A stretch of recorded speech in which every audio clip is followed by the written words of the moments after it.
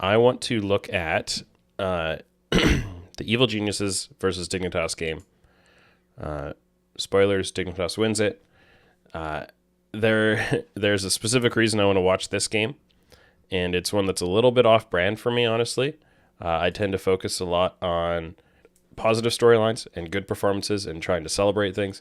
But at the LCS level especially, I'm much more willing to kind of mix things up and both assign credit but also assign blame. And yeah, we're going to be looking at why Evil Geniuses lost the game. Draft for this game, mostly want to bring it up for the sake of talking about win conditions. Obviously, what is each team playing for? What do they want to achieve? Here, I'll be the color caster for this. There we go. Beauty. So on the Evil Geniuses side, we have Hecarim first pick. So we had Azir, Tristana, Seraphine band. We have Udyr, Olaf, Senna band. So, the two really common junglers. This is 11.4. But it hasn't changed too much for 11.5 from what I've seen so far. So they go with the Hecarim. It seems a little bit of a reach to me, but it's fine. Kalista, Skarner. So this is setting up for, a bit of, obviously Skarner is a pick comp. You can do a lot with that. Kalista is a little bit short range.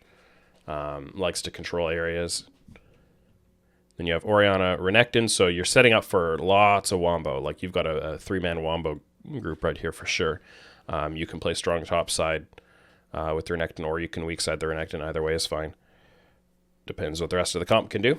And then you end up with a Gnar into the Renekton. A pretty common matchup. From my take on it, seems relatively skill-based. Going to be pretty jungler intervention-based. And then we end up with 80 carry bands. On the Dignitas side, they ban Zoe and Thresh, pick comp. They're trying to deny too much pick comp here. You end up with a Victor, so more of the zone control that went with the Kalista, the Kalista ult to allow you to face check things, allow you to pull out and reposition team fights. The Victor's control zone super well. Into that you get the Jinx and the Rel. So again, this ties into massive team fighting. You can engage with the Rel, Hecarim, Renekton, and then Orianna ult, and then Jinx cleaning up and following up. When you get a lot of AoE from these three, from this core of the Hecarim, Renekton dive, and then the Orianna ult and AoE going in, the Jinx can clean up with her AoE really, really well. So, and then on the last pick here, I have to remember what it was. I think it's an Alistar. Yeah. So Alistar can disengage, or he can hard engage. I think it fits in. Like both of these comps are fairly good at 5v5ing, but the Skarner does change kind of the tenor here. There's more range on the EG side. Scaling seems relatively even to me, but I don't think the comps decide this game by any means. So getting into the game here, in terms of win conditions, EG want to set up for these big 5v5s. I think they're more likely to want to play for a strong top side, is what I would lean towards. Make the Gnar diveable and dive him if you can, or just control the top side of the jungle. I think Dignitas are going to want to. I think it's going to be harder for them to get easy setups for the objectives. I think Orianna and Jinx can probably control the waves a little better with a little more range, a little more ease of wave clear on that. So we'll see how these teams played out. We're going to go a little quick through the start of this, see what they do in level 1. It looks like just lines of scrimmage on both sides. I don't think either team needs to try to kind of cheat the early. Okay. There are a lot of details in this game. I didn't go back and review my notes in detail too much. I don't have specific points other than a couple that I really want to hit on. So we're just going to... Partly this is just to see if a second watch confirms some of the ideas I had from my first watch. So they control the bottom spire. Svenskeren gets the top spire. Now Svenskeren's running all the way bot, so pathing bot to top for Svenskeren does lead into playing a strong top side. Dardoch is also pathing bot to top. I think he knows that he's not going to have any dive threat on the Jinx Rel. early on. And so he just wants to be able to kind of match the Hecarim and keep the Gnar safe and see if Fake God can can be okay there. So we go red, Krugs. There's a ward on Raptors, so they know where he is.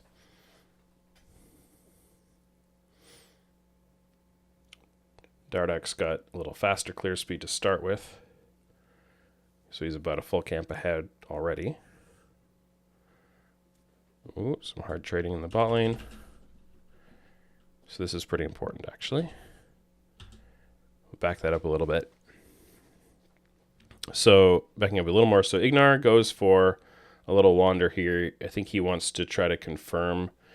I have seen Skarners do this before where they full clear the bot side and then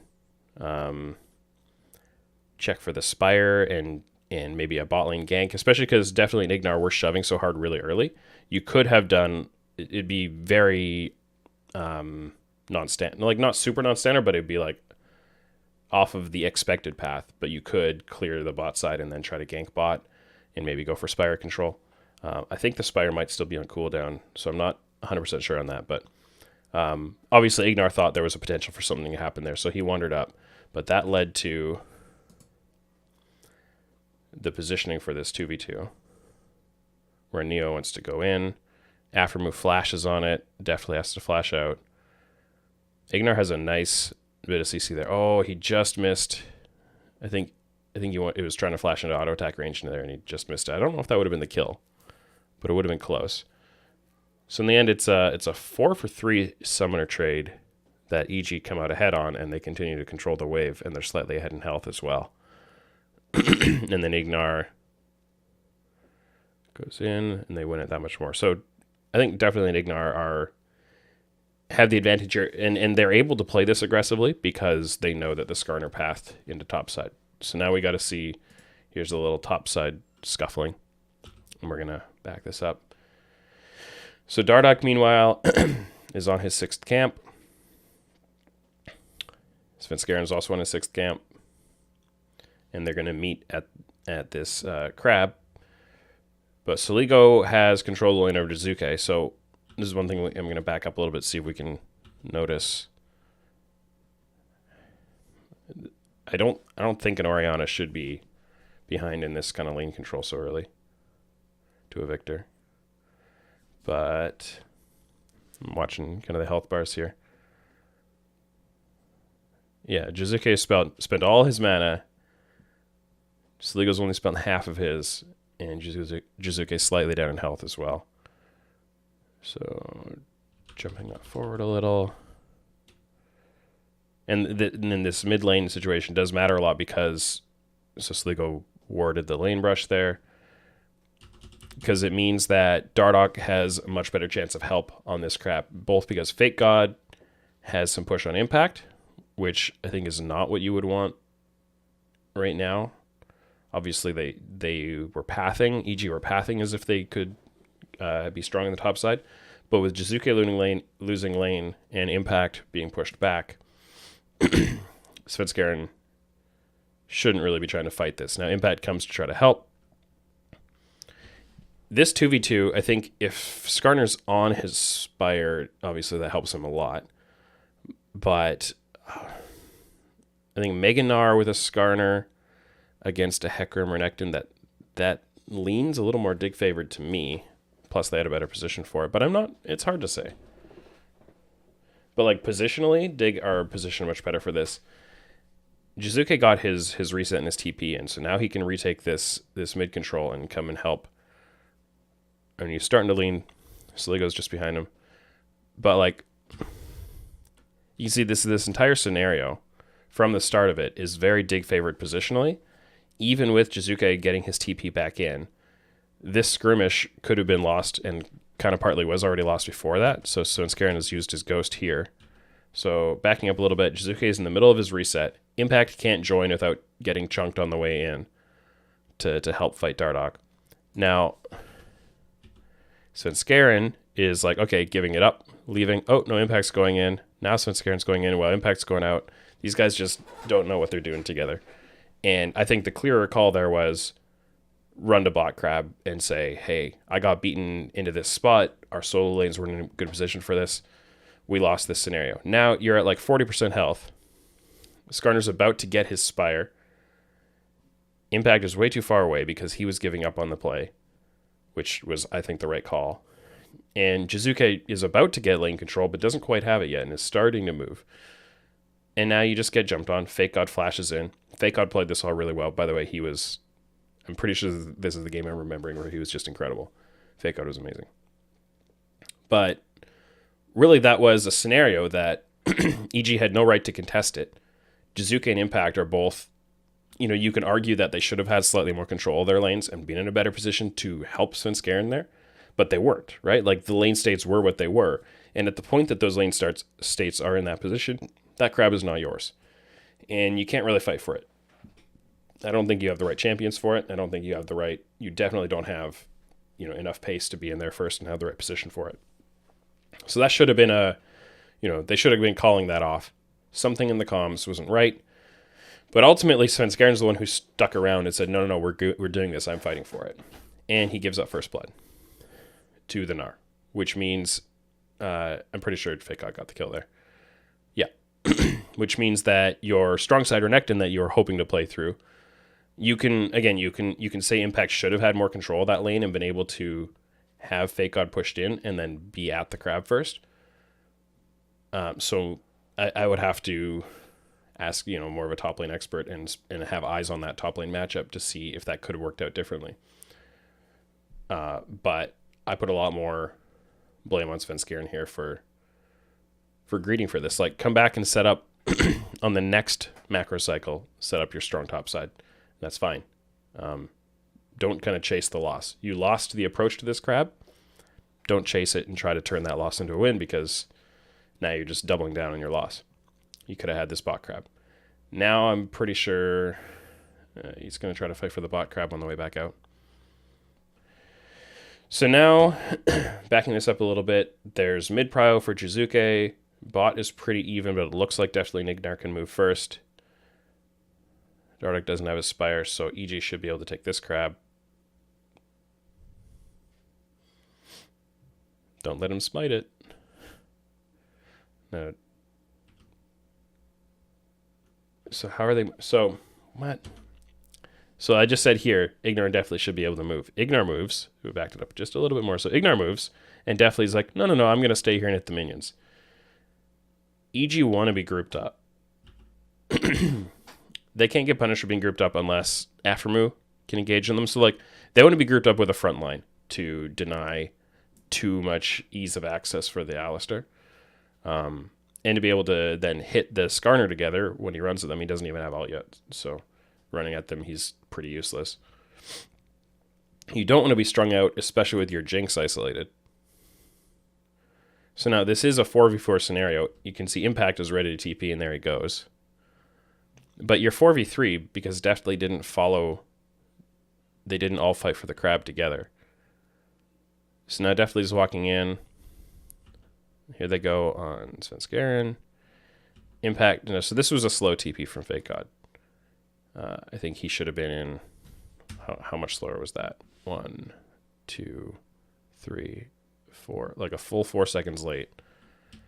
If Fake God is there earlier, and he's got a decent rage bar coming in too, then I think maybe this fight goes more even. I don't think EG approached that cleanly, but with Fake God slow TP and I think a little bit of a compositional advantage for EG at this point. No level 6s. Yeah, no level 6s yet. Watch this a little closer. So Ignar made Dardoch flash out, I think. Yeah. Now Soligo is kind of isolated as well. Could he have moved a little quicker to this? So he was staying here. He's staying to clean up his minions, which is understandable. I think this is a kind of a reverse of the other scenario where Dig are the ones who don't have position on this crab, but they want to try to fight for it, even though mid lane isn't going to be able to move. I think it's maybe EG saw the Jinx being cut off and thought, or Dig saw that and thought, this is our opening. But I think this is a mistake from Dig to fight for this one. I think Kalista can't do anything at this point. Victor is not going to be able to solo carry this. And then ultimately Impact beats Fake God on the TP. You can see he was setting up that TP way in advance. So EG get that back. And now they've got a bit of a lead. They know that going for Dragon there would cost way too much tempo. And it's more important for them to... so if we go back to the map state right after this fight, if they spend 30 seconds working on this Dragon, then by the time they all reset from there, they are going to lose a lot of mid pressure, and they're going to probably lose bot lane control as well, and set themselves really, really far behind in tempo. So they don't they don't try to commit on this Dragon. They go for Impact when they get back to his lane at a reasonable time, especially because like Gnar is running all the way up. The Renekton definitely could not have stayed for this Dragon, or otherwise he's going to lose a lot in his lane probably. Let's jump to after. Oh, and Fake God actually has the wave state to freeze. So, yeah, Impact. Well, how would he play that out if he had stayed? I don't think the Renekton stays no matter what. But this is, and maybe, so to give Fake God some credit for this, he may have been setting up the wave for this, and that's what delayed his TP a little bit. If so, I guess credit to him, but I don't think Dig should have been trying to fight that anyways. I think he could have just he could have set this up and held his TP, or actually like taken a plate off of holding his TP there. There's some different things that could have gone different ways there. Ultimately, I think just Dig tried to take a fight that they didn't need to take. So Jizuke's back out into his lane, and he's going to have this at the tower. Impact is breaking the freeze. So Svenskeren has to clear down to, or reset down to bot side. And here's where like they're looking for the next macro cycle to set up the Dragon control, I think. Which isn't super important, but you gotta take these camps. Like Svenskeren's resources are all saying go bot side here. Whether it's the Dragon or just the camps, maybe he feels like he needs to defend bot against a dive. I don't think he does, but the Skarner is going to be 6 soon. But I think he knows that the most efficient is going to be clearing this bot. Top side's going to start respawning, and he's going to clear bot to top and play to top side again. They're going to, it's 7:30, so he's also thinking clear bot to top, and then you have Rift Herald control, so that's another reason to play to top side. And I think generally speaking, if you get to this kind of game state where you have the choice of setting up for Dragon or setting up for Herald, and it's the first Herald, I would work on the Herald. I think it's more important most of the time. And when you are in a team comp that is kind of designed for, I think you could play for Dragon stacking as well. I think each comp can go either way. But I think you did come into this game with the mindset of playing for the Renekton, so I understand why you'd be looking for that. So I think that's the mindset here. Now he's clearing red into a bot gank. No, he's defending a potential Skarner gank, I guess. Maybe not.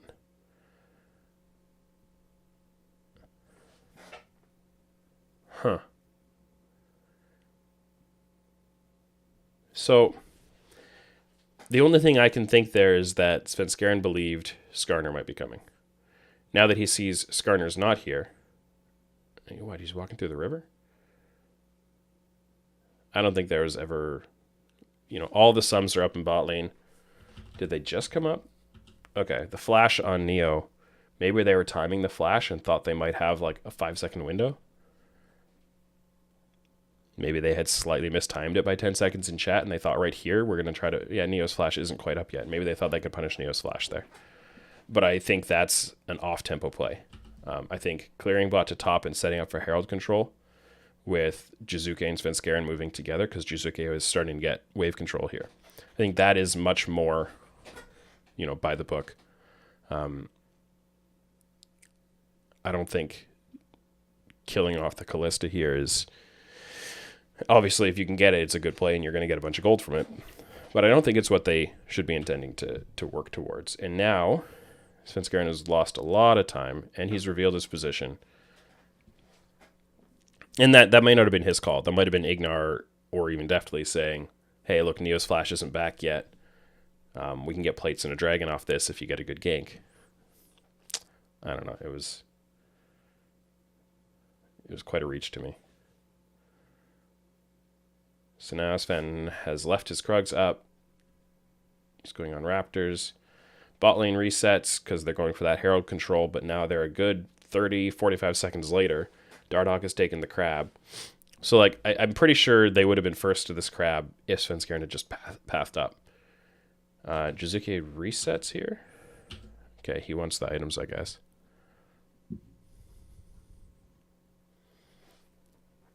Now, Impact wants to push out the next, like, Okay, we're going to back up a little bit more here and see back to around here. I can't see the wave state here, but Jizuke, I guess, is looking for... I'm going to pay attention to the solo lanes here. Because I think, depending on the timing of this, Impact could pull in this wave and then bounce it out the other way at the Herald timing.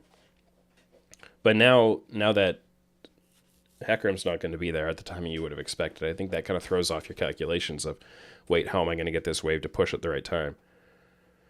Plus, Impact is 20 CS down in this matchup and might not be able to have the control of it he would want to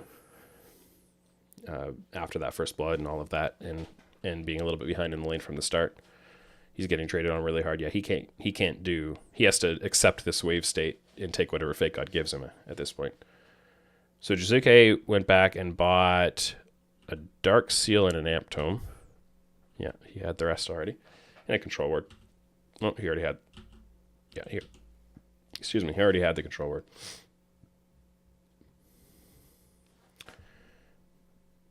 So the EG are pretty slow tempo coming out to this play. And I blame that bot gank attempt quite a bit for that. Now, Impact really needs to get this wave pushed, and Jizuke needs to... Did they see Soligo recall there?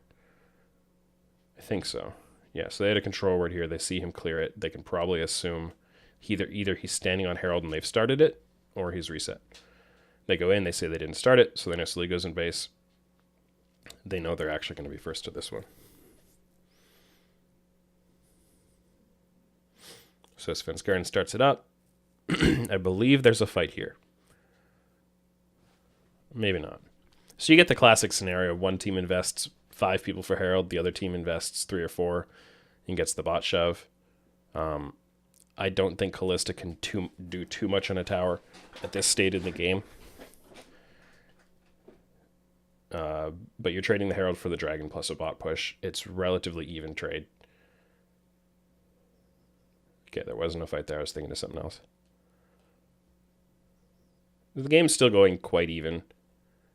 Some mistakes on either side. But I think EG lost a lot of their tempo in that sequence with the bot gank.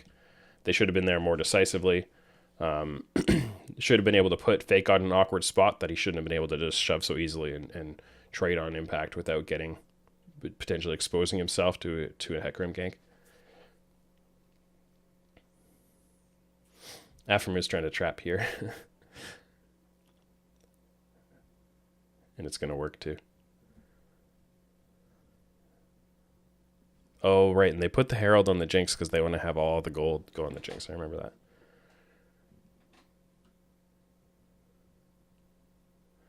So the counter rotation from Fake God. All right. It didn't work. Ignar checks it. Okay. Right around here. So post Herald take. You want to get your Renekton bot to catch whatever pusher. He's already gone bot, and he's pushed that out. I'm going to back up a little more here. So both teams want to swap now because they want EG want to use the Herald to try to crack turret plates to give Jinx gold. And then, or they could swap the Jinx back bot, use the Herald bot if they think that would fit their tempo better. It's a little hard to see under the YouTube controls there. Yeah, there's a lot of CS getting denied, but it looks like Impact's going to catch quite a bit of it still. So he's at 62. He catches 5 CS. He catches pretty much a whole wave there. He gets a big push. And Fake God, is he killing Krugs there? I think he's killing Krugs. Or just, no, he's just wandering around. Fake God is slow. He should be here. He should have reset a while ago. Maybe he and Aframu thought that they could together make a trap play. But what I'm interested in here more is, so are you making a play onto this turret with the Herald, like right away? Like a fast play? Or are you going to rotate them back bot now that Impact has pushed that out? Svenskeren is, I think, taking a crab. I hope he's taking a crab.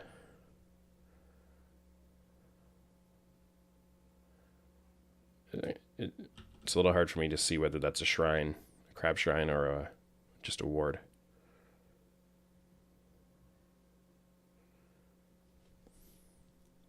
I'm trying to get a better look at that. Jizuke could go either way with his mid-wave. If they wanted to play fast onto this turret, Svenskeren moves, Jizuke dumps a spell rotation and walks top, but he's not. He's just holding the wave. Svenskeren wanders up. They say, okay, we can't clear this cannon wave fast enough, so he's just going to reset off of this. Okay, this is fine. And now you're going to make the play into bot lane instead, I think. Although Svenskeren now could clear bot to top. Are they going to stick around like 2 more waves for Svenskeren to return top? I don't think so.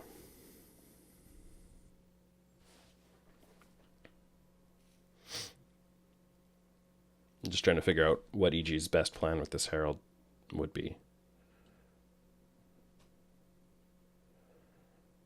Big trading, alts spent. This is an unexpected play, but a nice one, actually. So, did EG see the Skarner there, or did they just suspect it? Okay, they've got a control word. I think they see Dardoch. Yep, they see Dardoch, and I think that's what kind of twigs Svenskeren here. And I think this is just a nice bait from Impact mostly. So definitely Nignar see the Skarner. They're like, uh-oh, we are weak side. We've got to back off. Forget the Herald for now. We got lots of time. We're not going to be able to get a charge. Like we already, as soon as Svenskeren reset, they said, we don't have a Herald play on this turret right now. Now Svenskeren has to go get his camp spot. They see the Skarner. Impact says, aha, I'm about to be strong side. He pulls the wave in. Who started this trade? I think Impact is kind of acting weak, but Fake God went into it. And he's winning the trade. But then I think he starts to sniff that something is wrong. He's like, wait a second. No, I'm the weak side here. And I don't have a solo kill. And they're, I don't know if they had info on Hecarim's likely location. They probably did. So Fake God kind of, Impact pulled Fake God into that one. And yeah, nice play by EG. So they're ahead again. 3 minutes on Dragon, so it's still going to be quite a while. So the trade for this is Dig use their top prio, move into the jungle, and then they have to move into mid. Svenskeren's working on the crab. Jizuke has to lean out. He knows he's vulnerable. They're going to try to defend this. Impact wants to capitalize on the kill and deny some CS. I think he just... I don't think you go for the split. I think you've got some gold to spend here. You want to reset off this? Yeah, there you go. Jizuke stays safe. So there was some potential, like, Dig had a bit of a turn there that they had a chance with their top prio to try to make a play mid or do something else. Yeah, I don't remember what they did to this Herald, but we'll see. But EG defended against Dig's turn pretty well with Jizuke leaning to the bot side. Definitely Nignar giving up their position in top lane. And I do think, once you didn't have the Herald play on the top turret, I think you rotate a bot and go for that one. So Impact set them up some nice prio, and now Impact is rotating to the top side. And now you crash this one and use the Herald as late as possible, and you get first turret off of it. So that's pretty good. Now, Dig have control of the top side.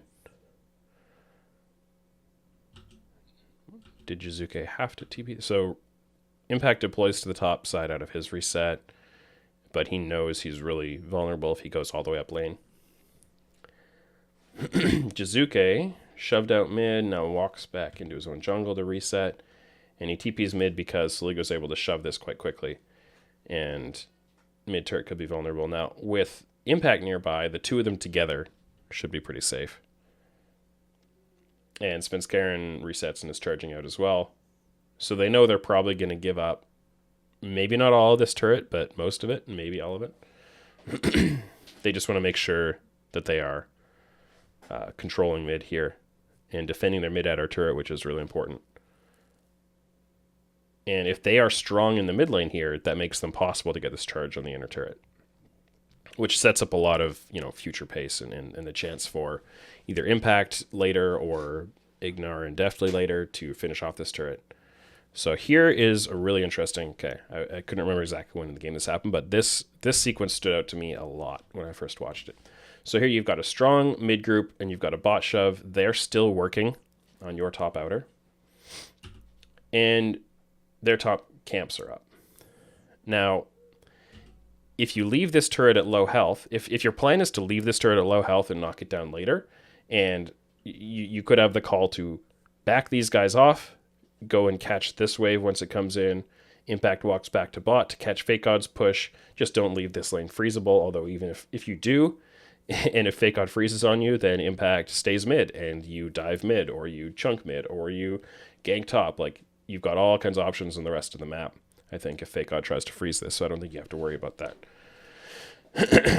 Now, you could try to get the turret and the jungle camps, or you could bring Impact or Svenskeren, or both. I think you'd leave a couple of guys mid, and once you are feeling safe enough, you move somebody to catch this wave. You're either going to keep Definitely Ignar here long enough to take the turret and move Impact to top lane, or you're going to recall Definitely Ignar, not finish the turret, move into the jungle together if you see that the camps are up, and you're going to strip the camps and go back. Make sure you can safely strip these camps, and then reset, accept their pushes into you, catch them, and go from there. What you should not do is leave Deftly Ignar hitting this turret. Svenskeren solo steals the jungle camps. Renekton is staying mid. And, by the way, you don't know where some of their team is. You see two of them mid. You don't see the Alistar anywhere. He's had lots of time to... Okay, they saw him mid here. They see the Alistar mid there. They don't see him here. But he's had lots of time. I think positionally, Ignar and Deftly are feeling safe because Hecarim is close to them, right? And they feel like they can... I think their vision goes around here. So they feel like, I think, subconsciously, they can see what's happening here. But just because you're in the same area, like, just because you are in quote-unquote jungle proximity, you're within 2,000 units here, I'm pretty sure. I think it's pretty close to there. That doesn't mean you're actually together and helping each other. Svenskeren is solo stealing a wolf camp because he wants to take jungle camps and take the turret. Ignar definitely feel like he's near enough by that they should be safe. But Afromir just walks through the vision gap, flashes on Ignar. Fake God gets the kill, flashes over the traps, and you just give away... Not only do you give away a kill, you also give away time. Because Jizuke wanders over here to help with these camp steals now. And now Fake God can stay here and do, I don't know if he's freezing this or not. Either way. But now if you freeze, you're not 4v5 on the map, you're 4v4. Ignar has to run all the way out from base. Now you're in a little bit of disarray, and now you're 45 seconds to Dragon, and you're not really sure how to play the map out after that. They do end up in an okay map state here. I think Fake God is slowly getting... I don't even know if this is going to push. I think yeah, okay, this is pushing. But that little greed play there was, there's a small chance that you get slightly more gold efficiency out of that play, but a pretty big chance that you get attacked and give away, a decent chunk of gold that can just not only hurt the gold gap between the teams, but just hurt the tempo and the map setup. I really, really hated that play.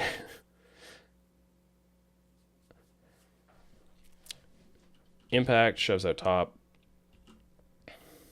EG move for their dragon control.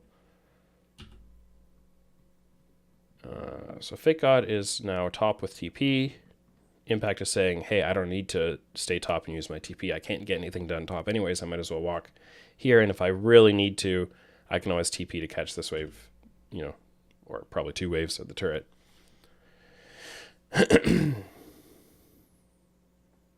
So now, I think, so EG would love to flank here. A Renekton flank or a Hecarim flank, although, he can also just go straight up the gut.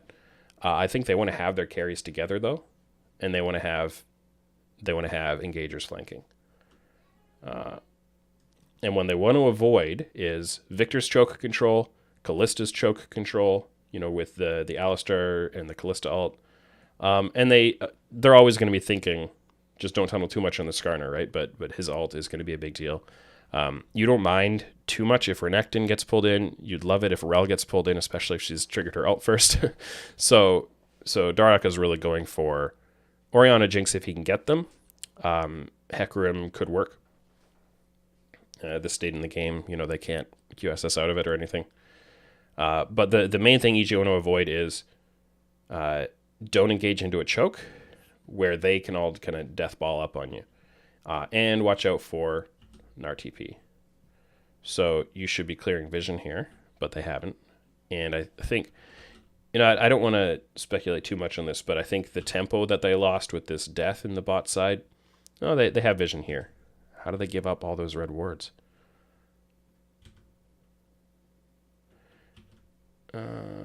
So I think you'd probably have a cleaner approach. You would have had a cleaner approach to this, but right now, since Deftly wants to get bot shoving again, which is generally a good thing, that for the dragon setup you want to be first to clear the mid wave, and you want to have bot pushing out as well.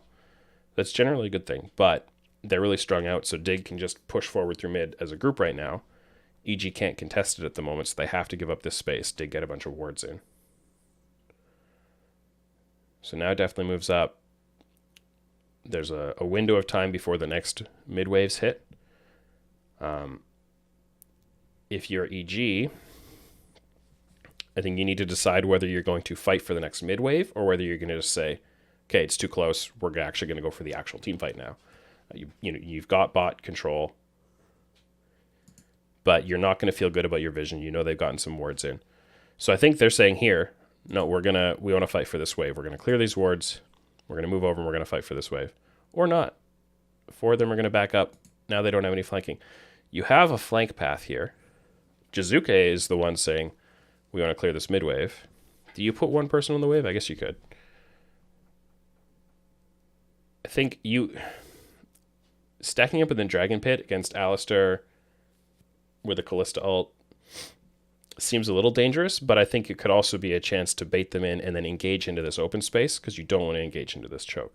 So this could also work. But if you're going to do that, you need Jizuke there to drop his Orianna AoE on top of your engage. I think they turn a little too quickly here, and they don't have Jizuke there, so they haven't really cleanly. Either you need to be giving him time to control this mid wave and then move back and then see if they've still exposed themselves to an engage, or you need to just cut this wave. Jizuke needs to walk over and be ready to join the engage. But so Aphromoo goes in. Let's watch this play out a little bit. Oh, right. So Ligo did a great job in this fight. Now that I'm remembering some of these as I watch them. So Jizuke is a little bit late on this wave, but it's fine as long as EG don't fight until he's joined. The problem is, Jizuke and Soligo are 1v1 on this wave. Jizuke needs to walk through this area and watch what Soligo does. Chunks him down to like 30%. You can't win this team fight without Orianna. I'm pretty sure that's just never going to happen. Fake Out is TP'd in. Now Dignitas have basically won this fight because Jizuke can't contribute to If definitely, like, he's not that strong yet, if he can free hit for long enough, maybe you've got something. But he is unloading into frontline, which is what he can reach, and I think that's right. Oh, he tries to trap Fake God, but I don't think it... Was it not placed quite right? Or had they just not armed yet? I'm not sure. Either they look like they're placed really well, so I think they just needed a slight arming window and definitely was just a little slow on them. But anyways, Fake God gets to back up from it. Definitely hitting him, and he throws his ult into that when he's still like, what, 60% health? I think this is, or maybe he saw Aftermoo low? No. Who did he see? There was a low health bar here.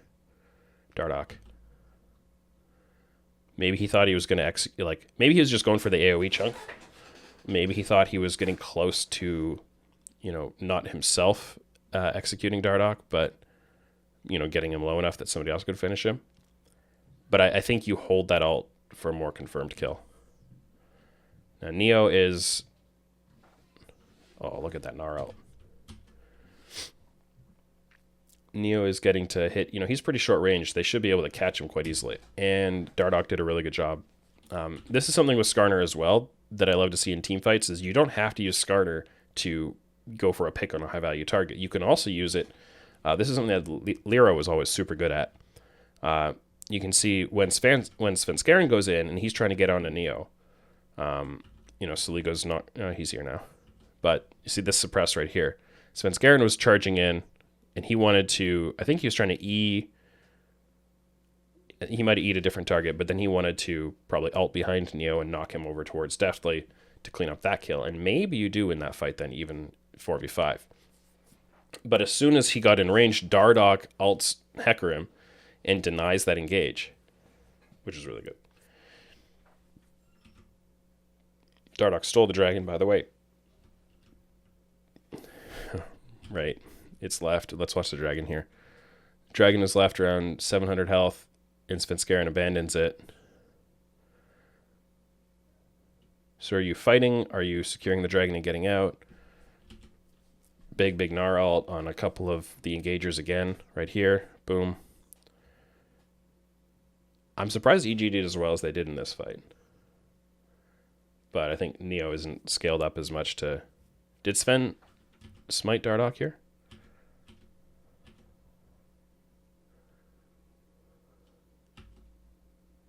Yeah. Well. Yeah, so that's a Svenskeren smite. He couldn't finish Dragon. Maybe he was trying to finish Dragon? No, he did a smite. I think... Okay, so it's a blue smite.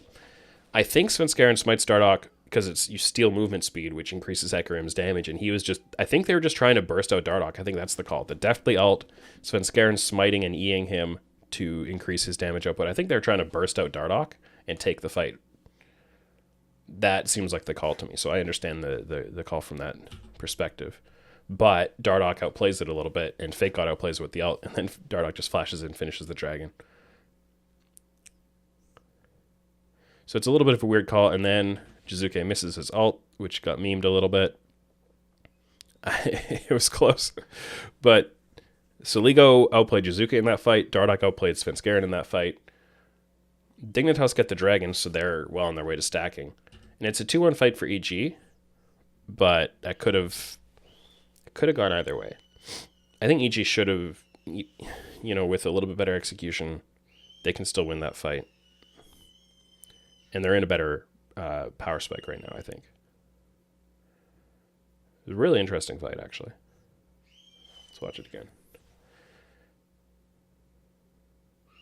But I don't think you... Like, bursting out the jungler says that... That tells me that the objective is really important, right? And if it is... I mean, you could also take the 50-50 and back up a little bit more and give yourselves like 3 more seconds for Jizuke to arrive. Yeah. It seemed like a bit of an awkward set of calls from EG. Was it more important to win the fight? Was it more important to get the objective? Are you going to help Jizuke on that mid wave? I think it is pretty awkward because Jizuke you have to walk back and forth through this little choke against a Victor and an Alistar to contest that wave. But I think you also could have just given up you know, given up that wave, taking the dragon, and then engaged into mid if they tried to commit for trading on tower. Pretty nuanced scenario. So on the backswing of all of this, EG have more tempo coming out of base, get the second Herald. They're still in an okay position. I think both teams are definitely in a winnable range from this. EG are up some gold. Dig have the 2 dragons, and these are 2 pretty team fight oriented comps. So being up the dragons is actually a big deal. So I think Dig are in a little bit of a better spot. But it only takes one good team fight to bring this back for EG. All right, what do we got here? So you've just taken the second Herald. You're probably thinking you've got this low health mid turret. All we need to do is clear this wave, hit this a few times, Herald will finish it off. And Svenskeren is definitely moving that way, right? Ignar wants to check the choke. Now Jizuke is scared of the Victor and of a Skarner Hex Flash onto them. So they split their path. And Deftly was top the whole time, so he's just walking down to join. Impact has TP, but he's not in a good wave state to do it from. He's going to give up. But I think right here, Impact is standing at turret, and he's just clearing the last couple CS from that wave. So the state is, you do have a Renekton TP if you want to commit to this and see something, but there's no real need. You just got the objective. You can get this turret without committing a TP, and you'd be giving up you'd be giving Fake God a nice, window to do something with this wave on your turret if you TP'd. So Impact, I don't think should be considered part of this. I think you want to make sure that you are positioned well together. Hey, Smacks. But Jizuke goes the safe path. Svenskeren was far enough ahead of him that he just kind of runs through this. Takes a laser, not a huge deal. Ignar is checking for info, I guess, on where they're actually standing. Ignar should be moving with somebody here. You're going to want to contest this wave as a group. Now, here comes the Dardoch Hex Flash. Yeah, and so I think I'm not too concerned about the fact that Ignar checked here, Jizuke ran that way, Svenskeren ran that way. Like, you're spread out. Okay, so regroup. So back off a little bit. Let yourselves get in a good position. Either back up into the river and Jizuke can rejoin that way while Deftly and Ignar are walking in. They can't really engage into you here, otherwise they're going to get counter-engaged on by the Rel with the Orianna, by the Hecarim. You're going to blow them up in this choke point. Especially because you should know that Neo's not going to be part of this yet. So I think you move and you control this river angle here. Now Svenskeren walks into the Skarner. Maybe nothing's going to happen here. I thought something was. Okay, they end up together. I think they had a little window of vulnerability there. I think Dardoch could have altered the Skarner. Or altered the Hecarim. Right there, I'm not sure why he didn't. To be honest, I think that would have been a kill.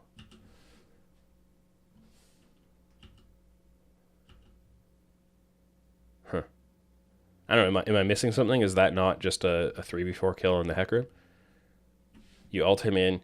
Victor W, I think, is still on cooldown, but the Alistar can chain CC it. You have Ignite. You got Victor Burst. I don't know. What am I missing? Anyways. I think the Hecarim is really vulnerable there. So you fight for this mid wave, but you don't try to push up to the turret. Now maybe you are worried about the Skarner catching here. Okay, now you go in. You're taking the crab. Okay, Impact has gotten a shove. Now you're going to 5-stack mid. Okay. So if your plan was for Impact to push and join and now you 5-man push this, that much more reason to catch the previous wave all the way back at your turret and position really, really safely and not expose yourself. So I think Svenskeren positionally there was, he had the right play-ish in mind, but I don't think he positioned well for it at all. Anyways, you get the turret. This was pretty important and valuable. That turret is really key. Gives you a lot of rotational control. So like for the next dragon, having the advantage of that turret, assuming you don't let yours go down, which it definitely shouldn't. That can be really helpful. So you got a minute and a half. And you got TP advantage that I think will still be up but it might be close by the time the dragon comes. So I think, yeah, right around now is when you're going to want to swap impact to the top side. The question next is, do you put your duo lane mid or do you put your duo lane bot? Definitely doesn't go back yet. I think after this wave, he should be going back. Because then he's got his resets synced with Svenskeren, and okay, he needed to clear that suit. No, right there, he should be going back. He's syncing up his resets a lot better, and then they're all coming back on the map together a lot more. What did he even greet for there? Oh, see, I think, yeah. Did they think there was, what was he, somebody was pinging something there. I don't know. This was a big waste of 20 seconds.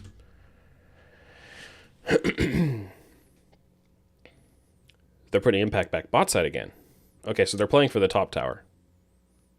That's what they want to play for here. Did Svenskeren cancel his recall? No, he finished his recall. He comes out to the bot side. Definitely never finishes a recall. Or maybe he just had no gold to spend and he thought, I got no reason to go back. No, now he's going back. I'm confused. Okay, and now he's walking back top while Svenskeren clears bot to top. Oh, he's walking bot. Because the dragon's coming up.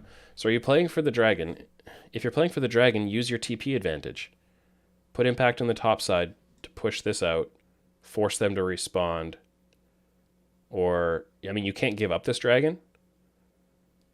So here's the reasoning. And here's why they might be right and I might be wrong here is you need, if you're going to use that TP advantage, you need a good spot to TP onto. I think you can TP.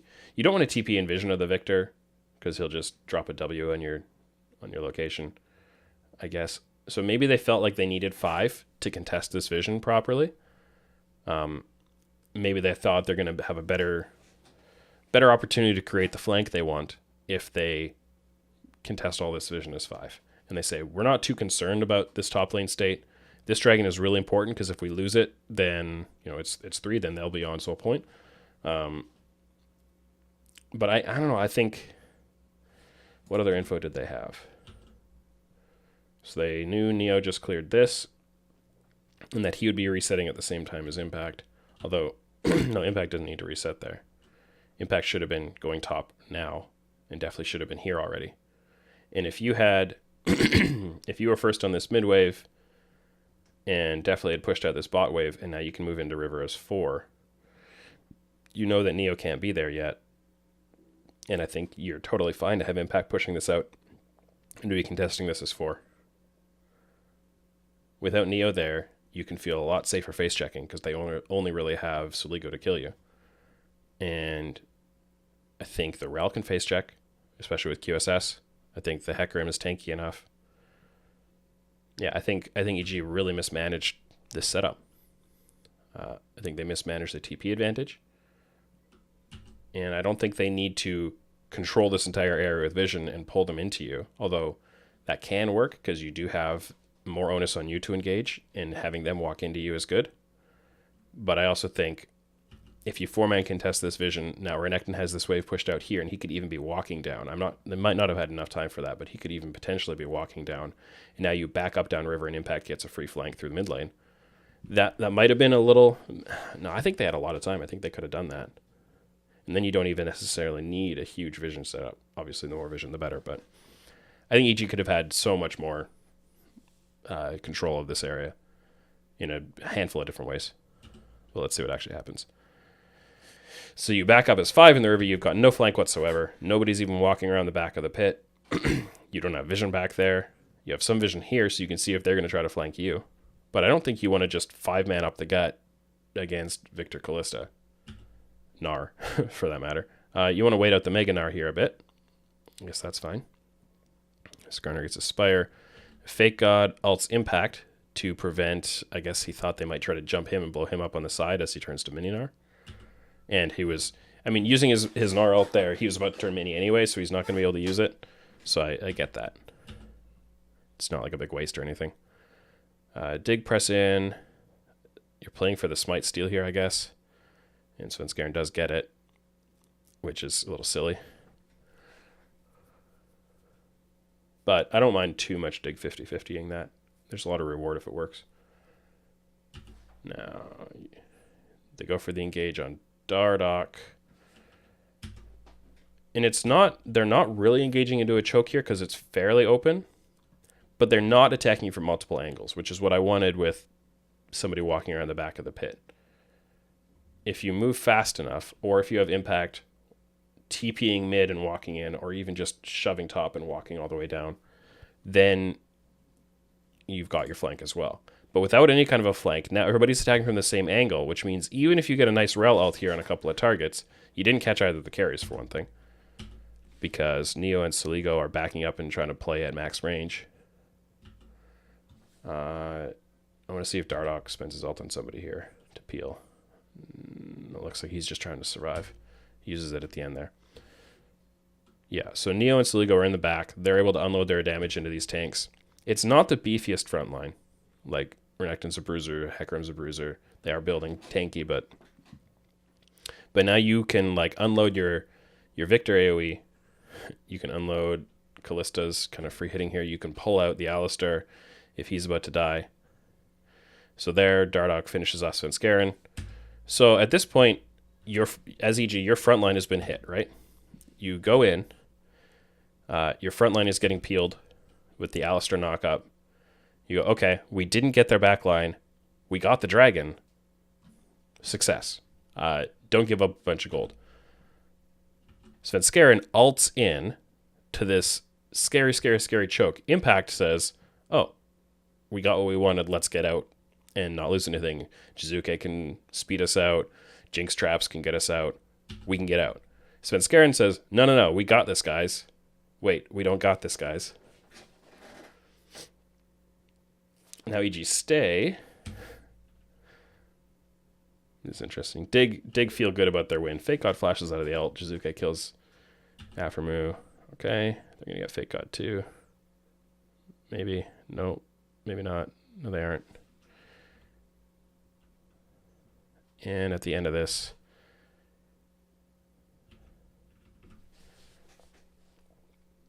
but there didn't need to be any extension to this fight here. I think EG just call this off, reset for the next one. Hey, you bought yourselves 5 more minutes. Maybe you'll actually get a flank next time, or even try to get a flank next time. Great. Did get a 3-2 fight.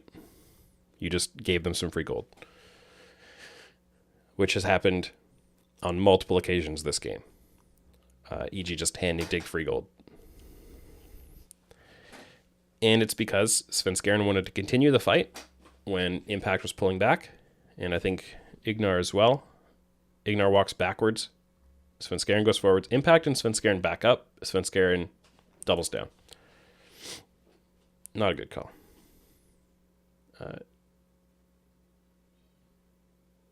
Definitely an Impact. Get Dardoch. So good. Like, EG executed some things in this fight and got some kills. Like, they haven't let themselves get completely wiped in a team fight.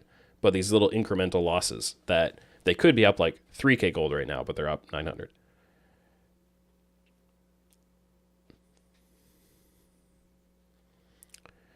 So anyways, you're sensing the theme here, right? There's I was very, very unhappy with Svenskeren's performance this game. So what's going to play out next? So you're in Baron territory. You got 3 minutes to the next dragon. You just want to avoid anything unnecessary. You want to stay safe from the Skarner and the Alistar picks. You're just playing to have the best setup on the next 5v5. That's what EG want to think about. Whereas Dig want to see, like, they also want to have a good setup on the next 5v5, but they can pick off a straggler in a side lane if they get a chance for it. I think Fake God is getting a lot of control, even with Impact being 4-0-2. I think Fake God will have more control of this lane, so he can create a lot more map play opportunities by like getting the shove and then walking up, and maybe he can if they have enough time, they could go for a play on mid here. So that's kind of an advantage when you have the winning side laner. Jisuke is resetting here. Is he going to... I think he might TP to keep the mid outer standing if necessary. But he's not going to have to. Dig, we're just going for a jungle invade play there.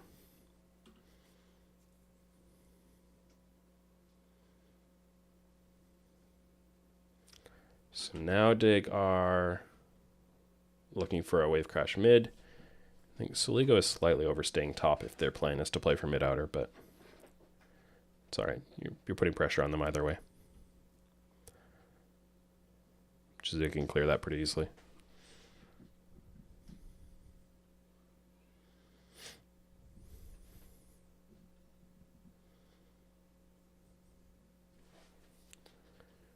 Impact is trying to buy a little bit of time in the bot lane.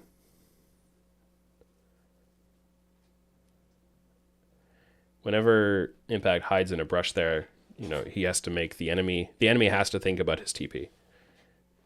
So rather than just standing in vision of the wave, you at least want to stand in fog somewhere.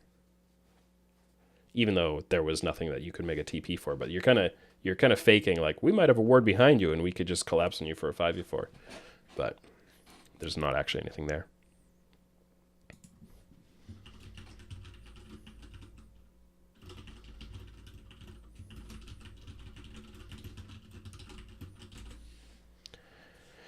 So, nothing much going on here. You're just buying time. So now it's getting close to the dragon. EG are threatening Baron pressure. So Impact recalls out of the bot lane and they want to group up. So they're pretty dedicated to being at the objective S5 together rather than looking for TP plays. And I think it's because they don't have mid lane control. They're catching the mid waves. They're not pushing them. They aren't able to get forward vision because they don't have control of the side lanes to move in and get that vision. And this is pretty rough for EG. So, like, I guess the question is, are EG giving up this map state because they don't know what to do or aren't doing the right things, or because the game state is such that they can't control the map state? And I think it's more the second. I think the fact that Impact can't control his side lane matchup because he didn't snowball at all, I think that's part of what's going on here. If they had played out the early game better, they wanted to have Impact in a lead, and he doesn't have a lead. It's pretty close right now, and Fake Odd's a little bit ahead, with a little bit of advantage in this matchup with the Gnar over the Renekton at this stage. So that's a problem. That's a problem for their ability to control the map in the mid game, is that Impact is not ahead. And a little bit of that is on Impact. A little more of that is on Svenskeren in that the crab fight early on, and the way the rest of that played out. So now that you don't have the game state that you wanted in the mid game, you have to decide what to do about it. And what they've decided to do about it is we're going to group as 5 so that we can contest vision as an entire group. So we can walk into this river position here because they would have to use their TP and we'd have a small window. There's time. Okay, so now they have to use their TP. We're grouped as 5. If this had played out long enough, Fake Otter would have had this pushed and he would have started walking, and an Impact or somebody else would have had to go and catch this wave. Now, Dig would have a really big positional advantage. So EG might feel like they need to hurry this up a little bit or just give it up. And you can give up this dragon. It's not the end of the game if you do. But EG also have vision behind them. When did this ward get in? It looks really recent. Yeah, right around here. So while EG are pushing this mid wave, Dig have control of the river. They get that ward in. I think Afrim puts it. Yeah, Afrim puts it right here. Great TP ward. So now EG have to push in. They've got 1, 2, 3, 4 control wards. They just use they don't have any sweepers up right now, but they got 4 control wards. They have 2 in the river. Pretty good spots. Now they see,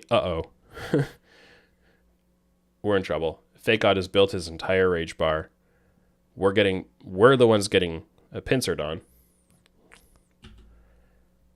And now positionally, They've walked into, look at there. They're on the spire, but Svenskeren the only one who commits to try and secure the spire.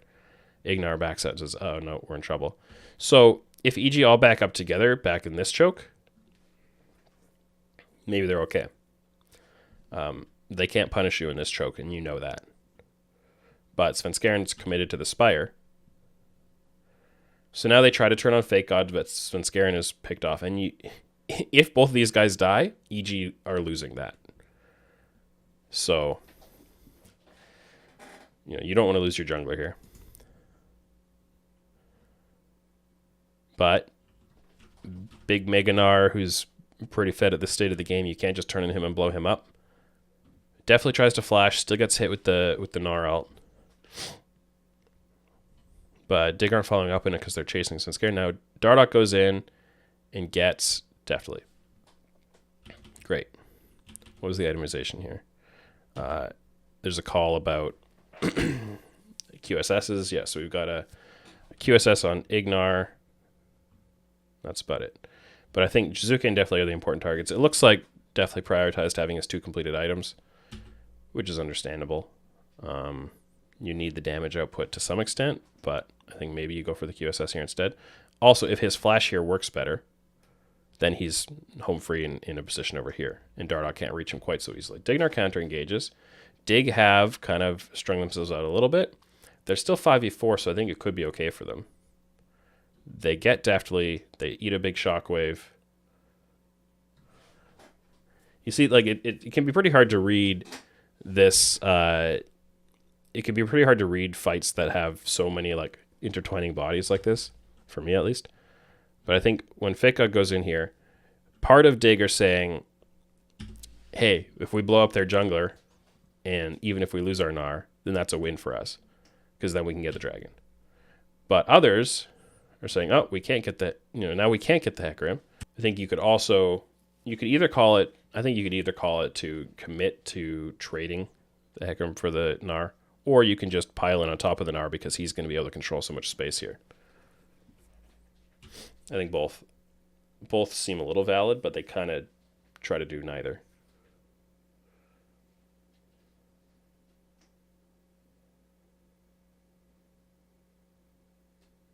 Svenskeren gets to come back in and ult in nicely.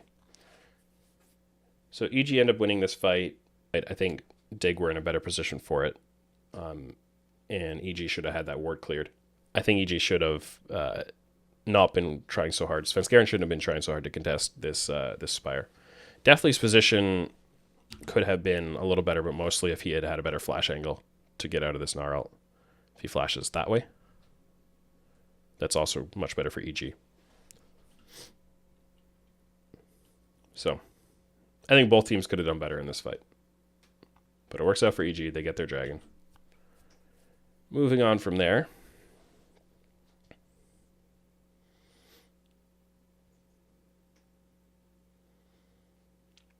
So we have Impact and Fake Out bot again. We've got some Baron footsies going on. EG have a better position there.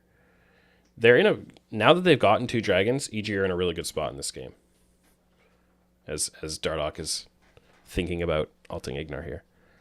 They've got a small gold lead. They've got a comp that should be able to execute these team fights reasonably well, as long as you play away from the range of the other carries. Midwave is going to be important to contest here.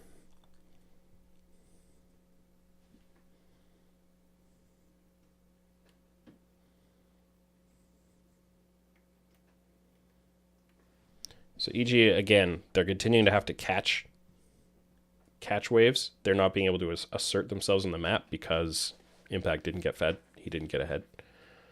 They're going for a play mid onto Deftly. Sell it really hard for it. Oh, and if Jizuke can land a good ult here. Impact had TP advantage because Fake God had used his TP in the fight, of course. So if Deftly can live, so Ignar is peeling. Svenskeren goes in on them. Yeah, boom. So you can see if Dig are the ones proactively forcing a fight, they are in trouble with these comps a little bit. And you saw it there. They got punished a bit for it. I believe Fake God gets the solo kill here.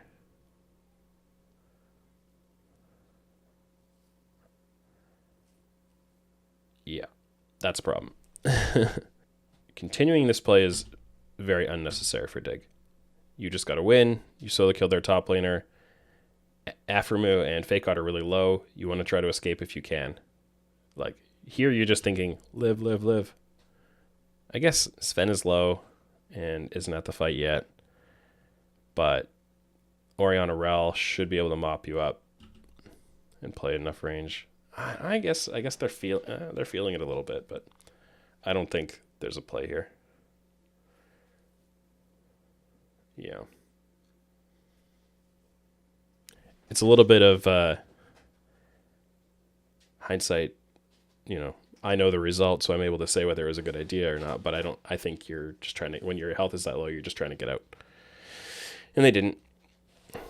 Both teams, you know, have definitely had things in this game where they're, you know, minor throws back and forth. So this was a throw from Dig. You know, good on Fake God. He's fed enough that he can solo kill Impact to make it a kind of a traded play. But then Dig chase the play and give up something back again. I don't know. But, like, there have been some team mistakes on the Dig side mostly. And on the EG side, I think it's a little more individual mistakes. And it's just because having Renekton able to control side lanes was really important for their mid game. Dardoch steals the red buff. Cute.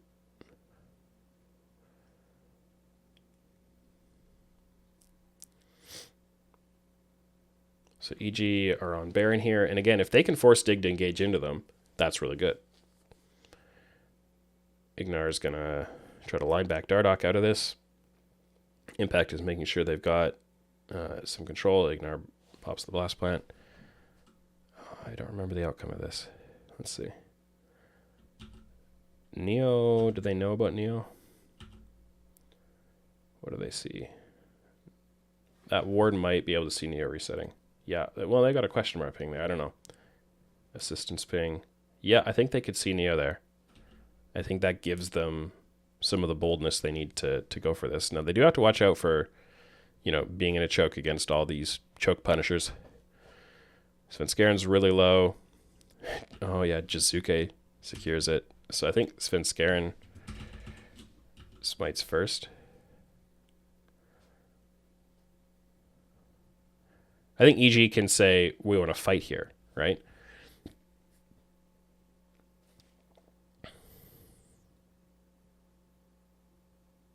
So that's Jizuke ulting on top of Svenskaren's... Wait. Yeah, Svenskaren's smite. Dardoch didn't even have... Oh, he does have smite. So, like, everything came down at once. Dardoch's used smite first. That was really close. But Jizuke using ult means we're going to kill the Skarner even if he steals Baron. And now we're in good position. Nice play from Ignar. Fake God's ult gets Dig out into a much better position, and now Soligo is fighting in a choke. I think a better call from EG here is, especially if they knew Neo went back, is baiting this Baron, not trying to finish it off. Trying to punish them for approaching it. But you got, you know, Happy Victor locations all around this. So maybe they were scared of that. I think you can punish them for coming into you with Jinx Traps and Orianna, Jinx Traps, and Ignar's stuff and all of that. But this is really close. Like, the game is just becoming all about these 5v5 setups and 5v5 executions. Yeah. And these team fights are really close.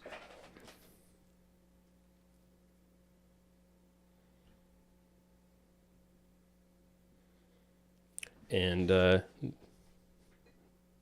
unfortunately, definitely just is not... Like, you want the Jinx to be carrying these fights, especially as we get later and later. But he just hasn't been able to do enough there. He hasn't even had a single kill yet, which is pretty rough. His farm is okay, but not great. Like, my overall read on this game is a lot of individual mistakes from Svenskeren that prevented EG from getting Impact in the position he needed to be in. EG were really not crisp on their rotational play to try to get the gold into Jinx, to try to get their side laners both really strong. And then it came down to team fighting, and these teams look pretty even at team fighting overall. And so the game has been pretty even. So Dignitas got the third dragon, I think, in the aftermath of, like, during that replay. EG are continuing to try to play through 2 lanes, and Dig basically are as well. So EG need to just clean up the individual mistakes. I think they have been, like, what we saw earlier in the season was both Svenskeren and Jizuke especially, but also sometimes Impact and even sometimes Ignar, they would just go for these attempts to force fights that didn't need to be forced. Playing away from their win conditions, wanting to do big fights that just didn't need to happen. And I think we've seen a lot cleaner from Jizuke recently, but I don't think Svenskeren has cleaned up his individual play nearly enough yet. I think that's the main thing. Doing a better job of getting to the right lane at the right time with his pathing, going for the plays that you're, like that part earlier in the game where he went for a gank bot instead of just clearing bot to top and playing for a strong topside scenario, stuff like that. That's really the main thing for me is I think EG win this game if you take away like 2 or 3 of Svenskeren's pathing or positioning or teamfighting mistakes. I think it's a pretty clear win for EG then. So Dig have, I don't know what they're trapping for there. EG have no reason to check. Fake God has the shove, and Impact's going to have to catch it. So now Fake God, what's he going to do with his turn here? There's not really much he can do. They're just buying time until the next dragon. So Impact is staying bot. Jizuke is going to shove top. And I assume EG are going to approach this as 5 again and not look for a side lane, side lane push into a flank or for a TP ward or anything like that. Okay, there's something going on in here. So Impact, they're not ping-ponging this lane, as Ellis would say, all the way back and forth from the inner towers. Impact shoved to river and runs mid. So he, and Fake God, what, did he go for a reset here? Yeah, so Fake God resets with his turn and buys, I can't remember the name of that item, but the Force of Nature, thank you. He buys the Force of Nature. Now Impact with his turn shoves to river and walks mid, and now they're going to go for a play here. So he has walked mid, Svenskeren goes in, they want to try to pick off the Alistar. So again, he blue smites for the speed buff, but they can't pick off an Alistar. You weren't really in range for it. Now Hecarim just gets blown up, caught and blown up. They go on Impact as well, and EG are throwing. Definitely getting so close to killing Dardoch there, but not quite. Now this is should be a free Infernal Soul. Just heal up Dardoch in the base. So like, I don't think I hate the idea from Impact. As long as you can see the carries haven't joined quite in time for this.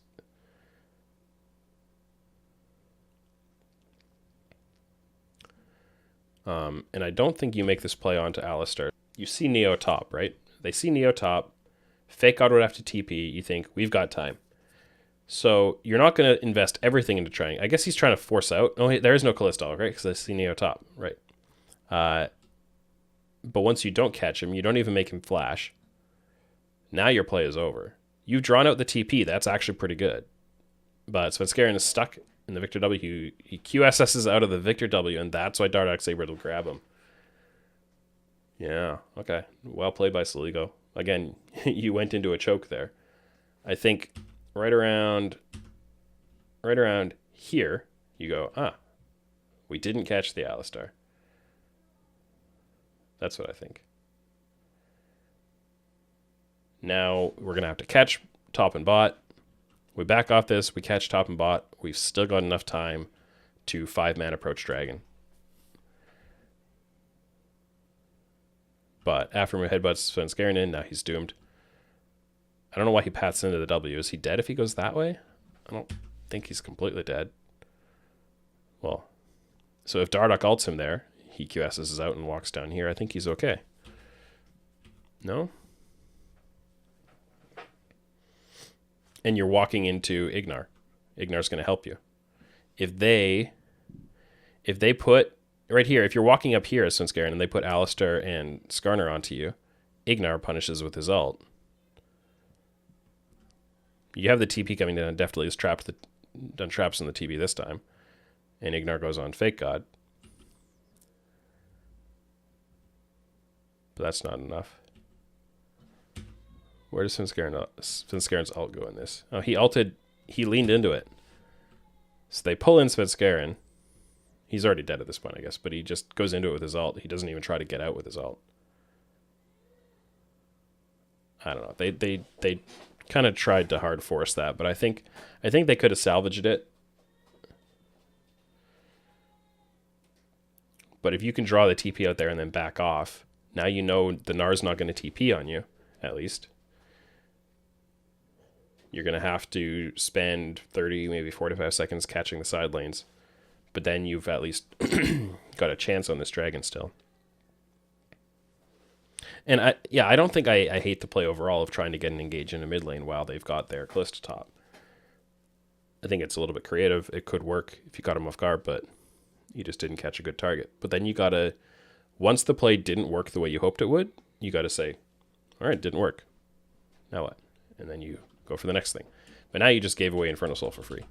And from here, game's not actually over, but it's feeling pretty close to over. And you're probably a little tilted too.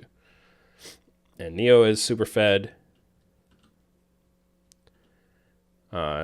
Fake God is really fed. He's so tanky, you can't... Like, I think in these comps, if you're ahead enough, you can go at their back line, and then I think Orianna Jinx would be able to kill off their front line if your tanks can survive for long enough. But I think at this point, Fake God is too fed. And even more problematically, as I've been saying throughout, you're not getting your approaches to the team fights the way you want. You're not getting the backline access you want. Let's reset what I'm thinking for this. Fake God is tanking forever. Huge Gnar ult. Svenskeren goes in. Trades himself for Dardoch, basically. Neo life stealing. This is a funny one. Yeah, I remember this one now. I don't know. And there's not even really... Yeah, Baron's up, so there is something to fight for. Ooh, made Jizuke flash. Dardoch didn't panic ult as soon as he saw Jizuke was set. I think he was trying to, but he's trying to stun into the ult, I guess.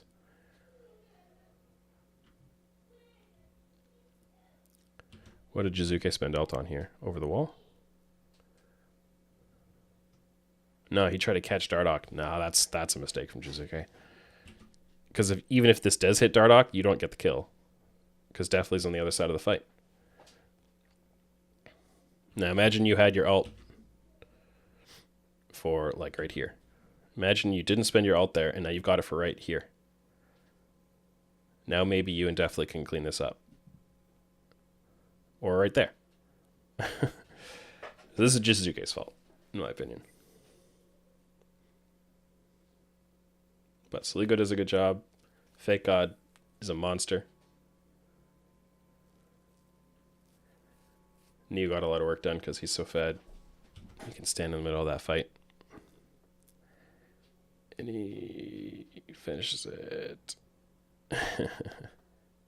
Cheeky. Anyways, let's keep going. It's like at the point that this game became all about, we're just gonna like intertwine as 5 and see who combos better. then it could go either way. And I think it leans a little bit in Dig's favor. But EG should have been able to get more control of the game and control the map better and actually snowball it a bit. So impact wasn't there yet. It's a 5v4. But Dig forced you to check this. See, even this is like, from a 4v5, EG even get this fairly close. Like, the fights are still winnable throughout, but you need the right approach. You need to have a flank. But they never had any map state to get flanks with, and I don't think they tried quite hard enough to create them either. And I think game's over. I don't know that there's much more to say about the rest of this. Back up, take Elder. Good job by Aframu. More good job by Aframu. And you're done. If I had to explain this Evil Genius's loss with 3 reasons, I'd say third most important reason, EG did not work hard enough to protect their flanks and set up their own flanking scenarios. That was pretty important for these team fights. That you needed to have at least one member, probably the Renekton, attacking from a different angle to disrupt their back line so that your carries had enough time to kill their front line. Reason number 2, they didn't... They gave away too many opportunities, especially in the early game, to hold more tempo, to set up better strong side situations, and I think the individual mistakes in laning, all of that. They didn't do well enough to set up the strong side impact, both with his laning execution, with Svenskaren's pathing, and reason number 3, or reason number 1 rather. I think the most important reason is, and it feeds into that number 2 quite a bit, there were just too many individual positional mistakes and pathing mistakes, especially from Svenskeren, that created that number 2 reason, that prevented EG from getting the tempo on the map and getting the map setups, weak siding their bot lane, strong siding their top lane, all of these kinds of things. And I think that he was really, really not good this game. And he wasn't the only reason, right? Like, there were a bunch of explanations for it. But EG failed to get the mid-game game state and the mid-game map states they wanted because of the individual mistakes. And I think that's what it comes down to.